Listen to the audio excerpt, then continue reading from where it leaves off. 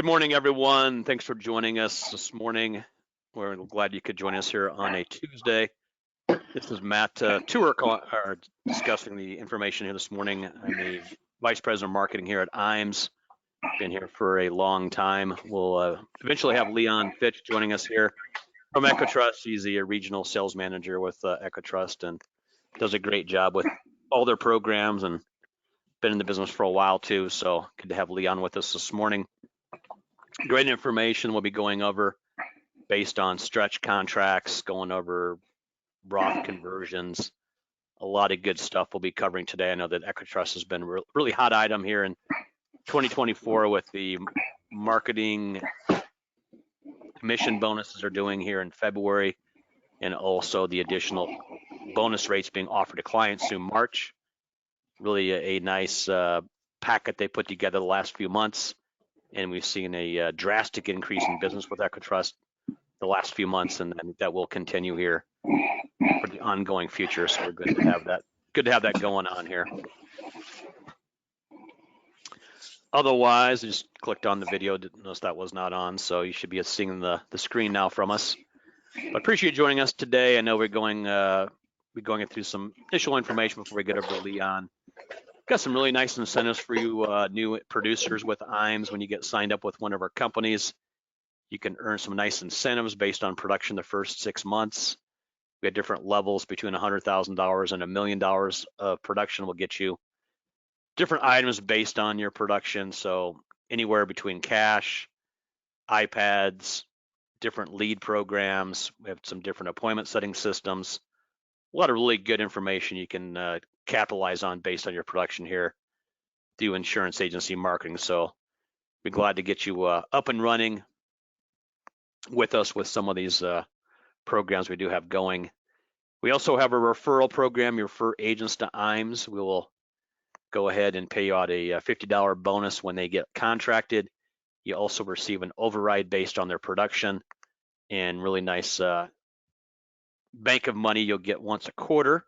I know I have agents that call me every quarter asking when those checks are going out, and it's amazing how quickly these dollars can add up to thousands of dollars down the road. So really a nice combo there.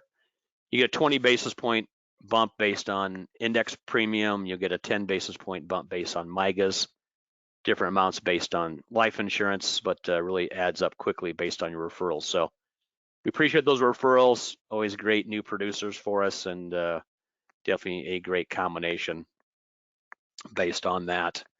We also do marketing reimbursement, reimbursed $200 based on life premium, $100 for every $100,000 of indexed annuity premium. You'll get a nice account set up for referral marketing reimbursement. So if you spend $1,000 on an advertisement, reimburse half of that. So we'll reimburse you $500 based on that cost. And that's based on your balance you have in your account. So I know we send out thousands of dollars a year to agents for marketing reimbursement, and great for a way for us to help you out with your advertising costs, which do continue to rise. We have a great back office support team here, and we've been doing business for many years. We got some great experience on the new business team, on the creative team, on the service side. We really help with all aspects based of production, and once you get the clients on board, we help you out with any service needs. So really good additional service we have here at IMES to help with all those additional needs with your clients moving forward. So great programs. We have a good contracting team here that can help you get contracted with these different companies, and really a good source to go to. Got a great website, the www.imesinc.com. It's been up and running for probably 20 years now. Got some great information on there for company links. You can do quotes. You can look up the latest interest rates. A lot of great information you can pull off that website. We have our latest term quoting device on there. You can do income comparisons for annuities. You can look up hypothetical histories based on the different indexed accounts. Really some great stuff you can pull off that website. So definitely keep that in mind. We do utilize the Firelight EAP system is our main system we use. We also have iPipeline and Sunfire, but about 95% of all apps we process on EAPs are done through Firelight. I know we have a majority of our companies that utilize that, including EquiTrust. It really helps speed up the process. I know EquiTrust had a nice cash bonus they were doing the end of last year.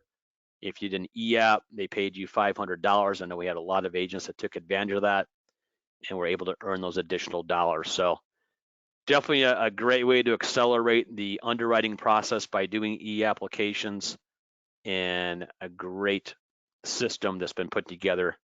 And once you've done a couple e-apps, it's just simple and you'll never go back to writing applications down the road. So really good use of your time with that e-app system. Got a great creative team I mentioned. We've got a number of individuals on that side that can help you out their advertising needs. They can put together social media advertising. They can do digital advertising, redo your company brochures, update your website, create a new website, whatever you have a need for, they can help you out with it. And if you are doing production through IMS, a lot of these we take care of the cost. But if you are not doing production, there will be a small charge for some of these items that they can help you out with. So keep that in mind. And we do have a lot of agents we work with that utilize a lot of our creative team services, and really helps them out with their advertising and really multiplies out their production. So definitely worthwhile on that end. We have our IMS Wealth Management team. I know that we do see some good business coming in on that side. If you want to get some additional information on the wealth management side of our business, I just launched a quick poll. You can mark off yes. We'll have Duncan Smith, one of our specialists, give you a call on that end. He's been in this side of the market for a number of years. We've seen a huge transition in our top agents getting their Series 65 and utilizing the Series 65 side of the market and doing securities along with insurance. It kind of gives them a lot of different avenues they can travel. And you hate to refer someone down the road and end up losing that client because they can offer more than you can. So I think getting the Series 65 is definitely a good thing to have.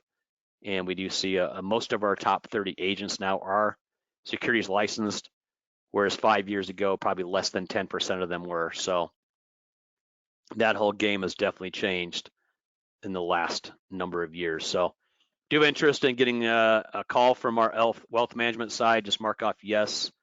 Be glad to have Duncan give you a call. I'll leave this open for about another 10 seconds. But they got a lot of good different platforms clients can utilize for investments. They can really help with the saving your clients cost on the charges. I know they have some very low cost charges on their platforms there. So definitely a good side of the business there. I'll go ahead and get that closed up and we'll move forward. We do our academies usually 2 or 3 times a year now. We bring agents from all over the country in, go over a different advertising utilizations, go over trends in the market, a lot of good stuff we cover at these meetings. And I know we have another meeting coming up the middle of May. If you would like to come out to one of our meetings, I know the one in May is going to be in Des Moines, Iowa. We pay for your travel, we pay for your lodging, your food, your board, everything's taken care of. And really good 2-day program we've put together. Typically fly in on a Wednesday afternoon. The meeting starts Wednesday evening, goes all day Thursday, runs until about noon on Friday. And we bring in some of our top producers to kind of go over some ideas on what they use in the field to get in front of more clients, to close more sales, and really a great program we put in together over the years. We'll have some advertising specialists there on some lead programs. We'll be going over some software you can utilize in the field to help your clients, and really a good overall system we put together here the last number of years. We've been doing this for about 15 years now, probably closer to 20 years, and we've really had a great results on the people that do attend. We always see a nice jump in business from the attendees. and they're able to utilize a lot of the information they pick up at the meeting, take it back to the location, and really help with their business. So definitely worth your time to get out to one of these meetings. We have one coming up in May. It's the 15th to the 17th. It's going to be in Des Moines, Iowa. We have another one in Omaha, probably coming up in September, October. And just a good overall system we put together. If you have interest in that, mark off yes. I'd be glad to bring you in. Leave this open another 10 seconds or so, and then we'll go ahead and move on into the this program here this morning. I'll go ahead and get that closed up. We'll keep moving forward here. We do different trips throughout the year. I know we've got one coming up in about in the middle of April. It's going to be to South Carolina, down on the beach. Should be a great trip. I know we've got about 65 people that qualified for that. We have not announced our next trip as of yet. It's 18-month qualification. The trip itself is going to be probably in the fall of 2025. Qualification started January the 1st of this year, runs through June the 30th of next year, and it's probably going to be in that 4.5 million point range to qualify. We had the most qualifiers ever this year, so a great program we've got going there. We do have presence on Facebook and also LinkedIn, and I know we do have different advertising we do on both sides. If you have interest in looking us up on Facebook, look up Insurance Agency Marketing Services, along with some other details we have available on LinkedIn also. But we do some special programs through those sites. Great way to keep in touch on those social sites there. Glad to have Leon join us this morning, and I'm going to go ahead and change presenters to Leon here today. Glad to have Leon on here today. I got your screen up now, Leon, on your side. Oh, okay, good. All right, yep, show my screen. So yeah, you should see my slide, at least the title screen. Yep. Okay, good to go. So yeah, now, so glad you could join us today. Yeah, you got it. No, that's always the first part. Get the tech right and make sure we can deliver the message. Yeah. So hey, appreciate it, Matt. And look, you touched on a lot of really important stuff there. I mean, first and foremost, the partnership that we've enjoyed with IAMS is one that's really important to us. We had a great 2023, off to an awesome start in 2024. And look, we all know, hey, you have to have products to sell, but also the partnership, is a big part of that. And how you interact with your groups, and I have no better relationship than I do with Matt and team, and really look forward to continuing that. And quite frankly, I always love listening to the first part of these, and as Matt and goes through all the things that IAMS offers and the programs and the 2-day school, which I've taken part in, and it's just a robust program, and one that I think is a differentiator between them and other groups. I see a lot of this type of thing, and it's an impressive offering, if you're out in the agent advisor space. So really appreciate the time today, Matt. Hey, we're going to cover a topic that is coming up more and more as I make the rounds to kickoff meetings and agent events and conferences, and you name it. As you guys know, we're at a unique time in the financial world, right? We've got $65 trillion of wealth changing hands, and 12 to 14,000 folks turn 65 every day, and with that, the conversation about what do we do when there's a death and we've got an IRA that needs to be passed along, and what are the parameters? What can I do? What are my options? What tools, right, are available for me in the marketplace? And quite frankly, we have a unique program, both in how we handle and what we'll accept on the inherited and stretch IRA side. We'll talk about what those are, and then the tools, and with our partial tax conversion program, and how to utilize that. And I think we have the most client and agent friendly program there as well. Whether it's on the qualified side with converting a partial Roth, or partially converting a Roth, or converting an inherited IRA. So with that, let's kind of jump into it, and we'll get into the nuts and bolts of this, and then we'll talk about what's available from a program perspective, specific to EquiTrust. There we go. So, okay. So, kind of start with, hey, will EquiTrust accept new business for beneficiaries of IRA? Well, yes, right? Or else I probably wouldn't be here, having this conversation. We now accept both stretch and inherited IRAs for new sales. We'll talk about what that terminology means here in a little bit. That's really proprietary. I'm not sure it's the right word, but that's how we designate between eligible and ineligible. So what's the difference? Okay. So we'll get into that, right? We accept both. We're going to talk about background and rules, kind of pre-Secure Act, post-Secure Act. We'll talk about products that are available, whether it's eligible or ineligible. The application process, we'll get into that a little bit. So let's jump into what is an inherited or stretch IRA? What's the difference, right? So inherited stretch IRA, it's an estate planning strategy for the beneficiary to take advantage of the tax-deferred status of an IRA, okay? The beneficiaries are required to take distributions from the IRA either through RMDs, depending on their age, or at the end of a 10-year period of time. So the terms stretch and inherited, like I mentioned, they're used to differentiate between eligible, the stretch, and the ineligible inherited. And these are EquiTrust terms. This is kind of what we use internally. The IRS code does not differentiate between those two with those words inherited or stretch. It's either eligible or ineligible. So just think eligible is stretch, ineligible is inherited, and that's how we designate those here at EquiTrust. So there are really two categories I'd mentioned, and it's pretty simple. I mean, the eligible designated beneficiary, or stretch, is the spouse of the deceased owner, the deceased IRA owner, a disabled person, a chronically ill person, or an individual not more than 10 years younger than the deceased owner. So eligible designated beneficiary has to fit into those.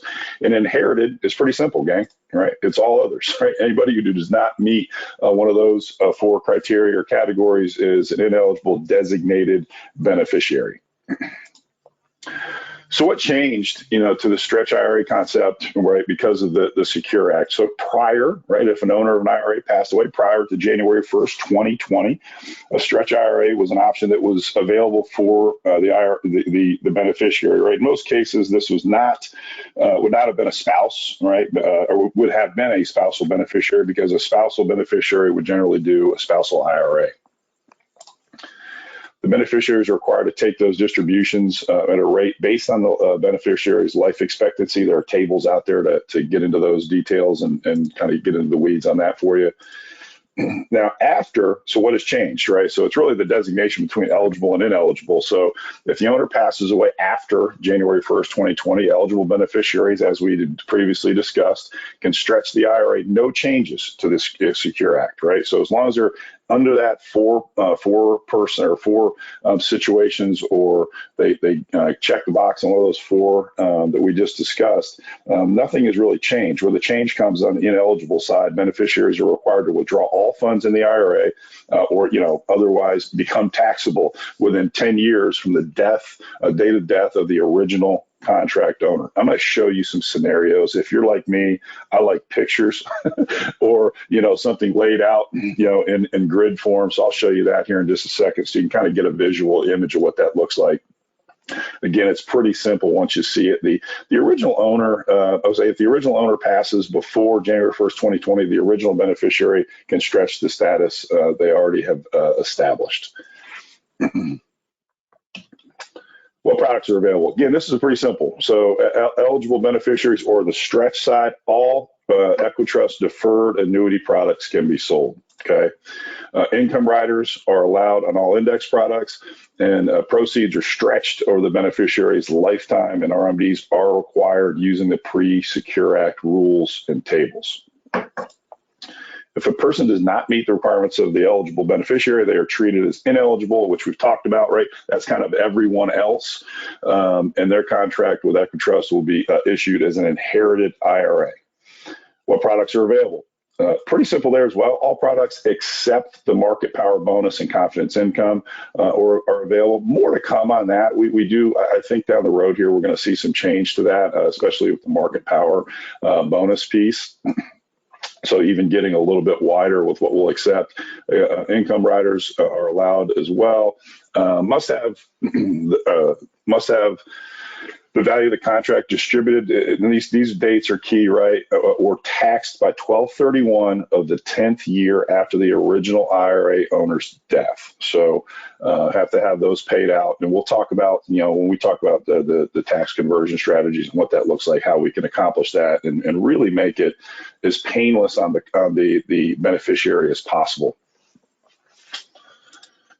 So here's a few examples. Okay, you've got Vivian here. She's age 50, right? She's the beneficiary of her father's $100,000 traditional IRA. She knows she has 10 years to satisfy the taxes, right? So how does she do that? What are the options that Vivian has to satisfy the 10-year requirement?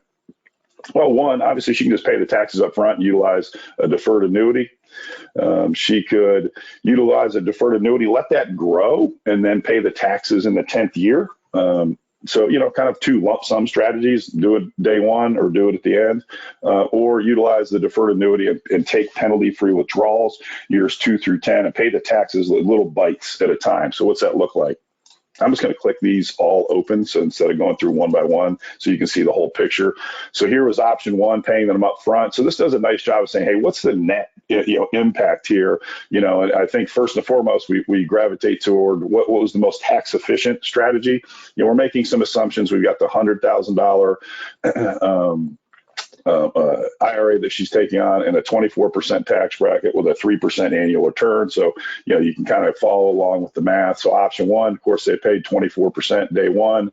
And, after tax account value, 95,000 at the 10th year. You can see net proceeds. So we want to see, hey, most tax efficient, what one leaves me with the most money net after taxes. Option two, she put this in a deferred annuity, let it grow over time, and then paid the taxes at the end. That is the one that leaves the most after-tax revenue or proceeds. And then kind of taking it's how do you eat an elephant, right? One bite at a time. You're taking the tax deferred annuity, taking penalty-free withdrawals over the life of that contract. You can see that where that comes out on from a tax perspective. We talk about that one a little bit more on the next slide.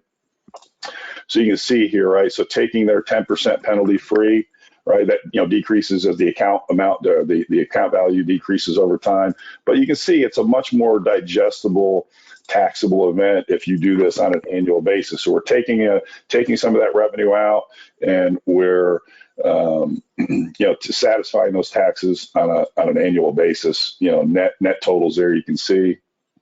So what's that look like when you break that down on taxes on withdrawals? Roughly 16 and change, and then you have some remaining account value at the end based on growth and how the account has performed here. We're assuming 3%, so the total taxation on that comes out at 29,000 and change when you factor in the original account value and the growth. So, and that's really just a conversation, guys, with the client. Some folks just want, how it is. They just want to be done with it. Okay, let me pay the taxes and put this thing into a deferred annuity, and now that money is kind of clean, for lack of a better term, and they move on down the road. Or they want to do it bite by bite, or hey, they see the value in leaving it in there and paying those taxes at the end after that account has been allowed to grow, utilizing the original 100,000. So it's just a conversation with the client, but it is nice that they know, hey, here, that there are options. There isn't just one way to do it. Some important eligibility information, the revised inherited, /stretch IRA information. You can get this, the list of criteria. Matt, I don't know if you got my email. I sent you a couple of nice little 1-page or 2-page resources. I did get it. Yep. Did they? Okay. So if you wanted to, I don't know if you were, I know I got to you a little later here in the morning. If you're able to put those on and they can take those away, or you can distribute those. But if not, guys, you can get those right on our agent website. Pretty easy to find. It's under our forms tab. So these things are readily available. Just a quick search, or heck, reach out to Matt. Matt can reach out to me. I can get them to you. However we need to do it. The election for an inherited IRA or stretch is made based on the date of death of the ineligibility criteria, right? So what's that date, right? We have to know, hey, was the death prior to or post January 1st, 2020? The owner determines eligibility by this is kind of almost some process stuff by choosing the appropriate selection on the inherited / stretch IRA information form. So yeah, I mean that's stuff that's application based. Double stretch, this does come up occasionally, right? So what's a double stretch occurs when an IRA has been stretched, and then the beneficiary dies and it is stretched again one or more times. So what's that look like? So prior to that 1/1/2020 number, the original IRA and first beneficiary die prior to that, right? So they both have died. The account title includes the decedent's name and the first deceased beneficiaries. All distributions are reported as death claim distributions. RMDs are required based on the life expectancy of the first beneficiary and continue until the IRA is depleted. So after, right, the Secure Act, so after 1/1/2020, the original owner dies prior, okay, but the first beneficiary dies after 1/1/2020. RMDs are required based on the life expectancy, again, of the first beneficiary and continue until their death. It's important, right, that once the first beneficiary dies, the contract cannot be stretched again, okay? This becomes an inherited IRA, so the second time through this process, it becomes an inherited, which RMDs are not required. All funds must be distributed. Now we're into the 10-year rule, okay? So that's a little more in the minutiae and the weeds. These are the kind of things that when they come up, guys, reach out to our sales support folks, call Matt, he'll get a hold of me, and we'll make sure that you understand it. But, this is something that does come up occasionally that you just have to know, hey, it's all based on the death and in relationship to that 1/1/2020 date. So just some things to be mindful of, and know that there are scenarios that come up like that. So, hey, getting started, the process, part to this, so application that, from entitlement perspective, you have Jane Doe beneficiary for Jimmy Doe deceased. And we're pretty specific from a compliance perspective on how that's done and done correctly. So, and then in section C, you want to make sure that we're indicating this as an inherited or stretch IRA. These are just, as we don't want NIGOs to happen because, we didn't check a box. And if you're going through one of these for the first time, again, utilize the resources that we have, whether it's Matt, myself, Tim Helpman's my internal, our sales support desk. If it's the first time, we'll walk you through the process, make sure we get it done right, because we want to make sure this comes in good order. And there's already a lot going on in the client's world, just based on the pure nature of an inherited IRA, someone close to them has passed, and we want to make this process as make the customer experience, client experience as smooth as possible. We'd love to help you with that. And then the inherited stretch IRA form, you can see the form number there.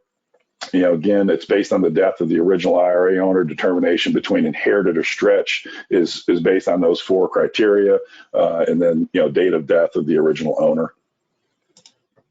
Here's some tools, some additional stuff. I actually don't think either of these were what I sent you, Matt, but these are also available on our agent website. So just outlines the stretch. We have a client facing piece and one that's more agent, just more rules driven, and then just a sales piece on, hey, what are inherited and stretch IRAs. This is the client facing piece. What questions should they be asking?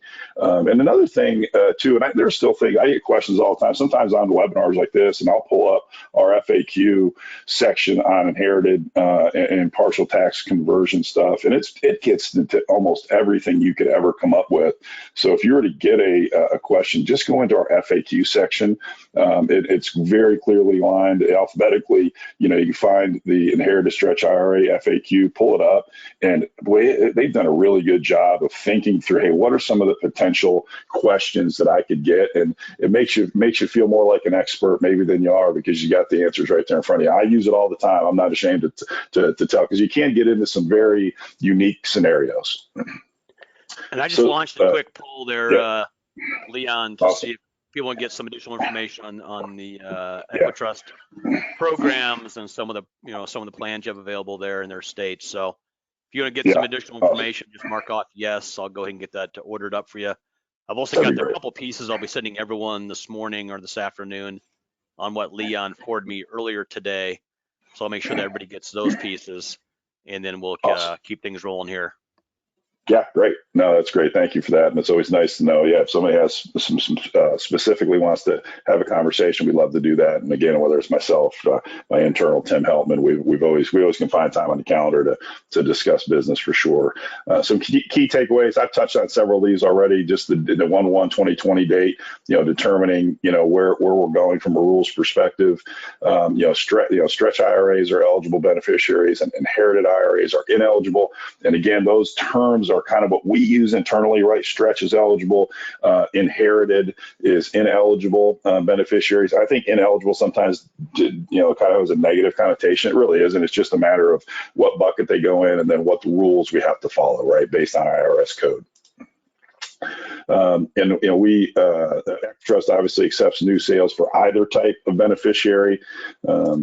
And the inherited stretch IRA information, form details, all requirements for eligibility. So again, use these resources. So some of this stuff isn't intuitive, right? Especially when you have dates and then you can have a double stretch and there are some scenarios that come up. Just use the resources, guys. And some of those can be, whether it's the documents that we send out or, it's our sales support team, myself, or obviously Matt and team. So, okay, so we've got one. What are our options here? What does it look like, do a partial tax conversion? And this can be either for, and today when I talk about this, it's going to be more along the lines of this scenario. You've got an inherited IRA scenario, but these are both for, traditional, qualified IRAs or Roth conversions are the ones that we talk about most, or inherited, to a non-qualified contract. And the whole point here is that you want to take away is we are incredibly flexible with what we'll allow, and this can make it much more digestible for the client. I kind of got into this a little bit with the scenario that we went over earlier. But, why would we do a partial tax conversion, right? Ultimately, it's to spread the tax pain out over time, right? The owner can pay less tax, amounts now and potentially avoid paying income tax, on the amount converted later. And they can be strategic with this. There's flexibility. We are very unique in the fact that we will, how we structure this. And I'll show you that here in just a minute, and it's all about options. We are, again, I think the most client-friendly carrier when it comes to doing partial tax conversions. Flexibility puts the owner in the driver's seat, right? So they determine, how or when and how much money to convert. That's unique, okay? That can change based on their personal tax situation year to year. So having that flexibility, they are in control of it. How to set up the conversion on a systematic basis. They can stop and start it if they wish, right? Again, based on their personal situation, okay? So how can it be structured? It can be a one-time partial conversion, systematic conversions over time with a specific or specified dollar amount, or systematic based on number of years, right? So taking the amount, dividing it by years and doing it that way. So, hey, I want to convert 10 grand a year or 12 grand a year, whatever that is, and then we'll satisfy the remainder at the end, or a one time. So and the key thing to take away here is that once we make this decision, we don't have to live with it for the life of the contract. We can change it. Again, they have the control. And there's one really unique piece that I'll touch on here in just a minute, right? But how does it work? So, if you have the new Roth or non-qualified contract, it just mirrors the original contract. This is unique, okay? With the same effective date, client roles, agent, allocations, crediting rates, riders, right? It mirrors that contract. One contract as well. We don't, every year does not create another contract. I know that some carriers do it that way, and it can become incredibly confusing. You'll have the original contract, and then as we're converting these dollars, okay, whether it's from into a Roth or a non-qualified contract, it simply is one contract, even as we make changes over time. Okay, so that money moves from the original contract to the mirrored one, and when the value of the original contract is depleted, the original contract is closed. Now you're down to, you've gotten to where the journey is complete, right? We've gotten the money moved over, satisfied the taxable situation, and we've got our contract. So, how do you get started? I keep referencing back to these. This is one of the ones that I did send over. The FAQ two-pager is really, really nice.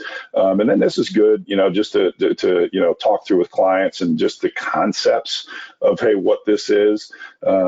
and there are a couple other resources we have available that you can locate again on agents.equitrust.com. And again, very easy to find under our forms and supplies. Anything you might need is there. It makes you an expert, in a pretty short order when questions come up that you may not be, as familiar with and be able to answer. So I use these resources if you're not calling our sales support desk. So what are the tax implications, right? So the partial tax conversion will generate tax reporting, okay? So 1099 for our IRA distributions, we'll capture that transaction, show the amount of taxes withheld. We will send the 1099. By we, I mean EquiTrust will handle all the tax reporting. The 5498 for the Roth option shows the actual amount moving into the Roth contract after taxes are withheld. Again, we will handle all, we meaning EquiTrust will handle all the tax reporting. And look, we want to make it easy. We'll do the tax withholdings at the time of the conversion, generating the 1099-R for your client, including the withholding they requested. So it is a set it and forget it strategy after we've put it in place. So a couple of things, guys, that doesn't really touch on there, at least I don't think enough, is that this also from the agent's perspective, right? So I know that some carriers will limit it to the 10% tax-free withdrawal amount to convert. We do not do that. They can move any amount. That amount can change. That does not impact commissions. That does not impact surrender charges. As they're converting it from the original to the mirrored contract. So we get that question a lot. So, hey, if you're outside of the 10% penalty free, we do not penalize the agent advisor for that. Okay. So again, it's not just flexible and friendly for the client. It is, I believe, agent and advisor friendly as well. And it's an incredible tool and one that we're seeing utilized more and more. So, a lot of information there, pretty high level in a short amount of time. So Matt, I know put that poll out there. If there's anybody who would like a little more one-on-one detailed information, we can get that set up for you through, various avenues. But Matt, I don't know if there's anything there that you thought we needed to clean up, or that there's a little more information needed, but I'll see what your thoughts are, and then we can wrap it up. Yeah, appreciate that, Leon. And one thing I want to make sure on, EquiTrust does allow a client to defer those payments for as long as they want on the stretch side of it, based on that during that 10-year period, they're able to maybe move it out 2 or 3 years to start taking withdrawals. Is that? They can. They have the flexibility to do, and that's kind of that start and stop piece, So in that scenario, they're deferring it, and then hey, in year 3 or year 4, their tax situation changes, and they say, hey, okay, we want to take a big chunk of it now. They can do that. Right. Yeah. And great then question. on the Roth conversion side, when someone gets their annual statement, it's going to show them, they've got so much in their IRA, and then they got so much in the Roth. Kind of show both the buckets on one statement. Is that kind of the way that plays out? It will. It'll show you kind of original contract and where that's out. So it shows you progress, essentially. Right. That's good. Yeah. And then they can convert any amount they want per year. Is that correct? It is. Once they get going? Yeah. So when we set it up, right, it will pick one of the 3 strategies, right? Lump sum divided by time divided by dollar amount, right? So let's say hypothetically year 1 we wanted to do, we had, in this case we had 100,000. We want to do 10 grand a year. So we picked the dollar amount, right? But then in year 2 that changes, right? You have an annual review with your client, and again their tax situation changes. Their taxable their tax bracket goes up or down. Hey, we want to take more or less. They can adjust that, and it will still be on the same contract. It will not create a second, third, fourth mirrored contract for simplicity purposes. So yeah, they have that flexibility. Well, good. And then, by the way, I think it's a really cool tool too. Right. You have to have a conversation about this at least once a year, right? So it's almost a guaranteed annual review with that client, and kind of forces their hand to get in front of you. And this may or may not be the only piece of business they had to discuss. So I think it's nice there too. It's something they want to make sure that they have control of every year, and we're talking about. Yeah. So someone asked a question: can the flexible strategy be used for a person looking to do conversion? So I'm assuming if you have additional monies coming in from other IRAs, could they add to that specific policy, or how would that play out? No, so once they establish it as an inherited or stretch, I'm assuming they mean on the original contract. Correct.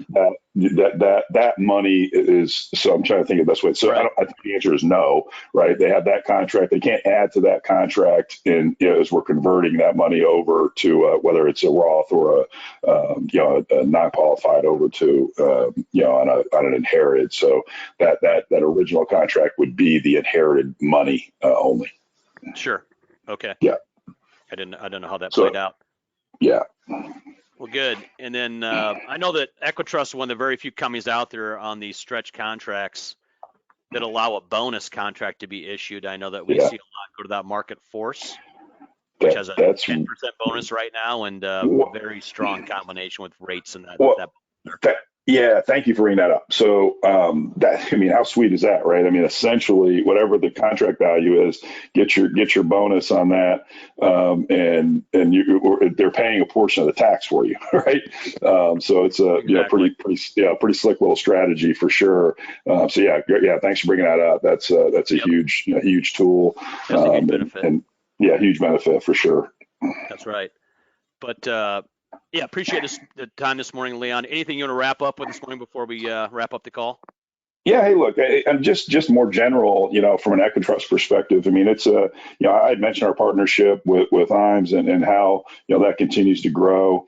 It's been a great year plus, for our industry, this space, but for EquiTrust in particular, and the one thing I like to always touch on is our service side. It is something that I think have really grown. That's our reputation to say service, right? We're very transparent with our processing times. Right now we're about 4x year over year from a new business booked perspective. And today I just saw that our new business processing times, which are posted every week on our agent website, are 6 to 9 business days with business that comes in good order. So that's a pretty strong place to be when you consider we're taking on four times the amount of business, and that was done by adding 42% to our new business and policy administration teams to handle that volume. Some additions from an automation perspective on our suitability side. So it's incredibly important to us to maintain those high levels of customer service and making the agent experience as positive as possible. We're not perfect. We know that. We have things that come up.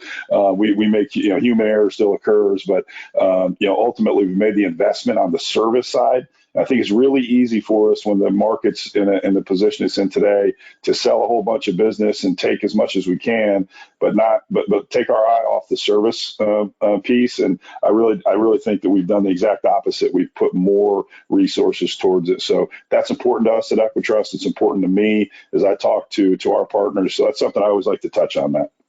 Oh, exactly. Yeah, I know your service has been great, and we've had a really good experience with that. And with these additional incentives you guys are doing, I know you guys are getting slammed with business, and it's a good problem to have. You got more business coming in, and 4 times more is huge. I know our production with you guys has really gone through the roof, also. So great combination there, and we look forward to a very strong 2024. And I'll be giving everyone a call that was on today's meeting, so you'll get a call from me this afternoon. I'll touch base with everyone, so that way everyone will get a personal call from me. And I know Leon's a quick call away also at EquiTrust. So if I can't get a specific answer, I'll give him a call and get you that answer right back. So everyone, I appreciate your time today. Look forward to a more spring-like weather. I know we've had a couple really nice days here in the 70s, which we don't see much in February. But look forward to more spring-like weather next week. For sure. That's for sure. Hey, thanks, everybody. Matt, appreciate it. Yeah, appreciate you guys. Thank you very much. You got it. Have a great week, everyone, and we'll talk to everyone later today. You got it. All right. Bye now.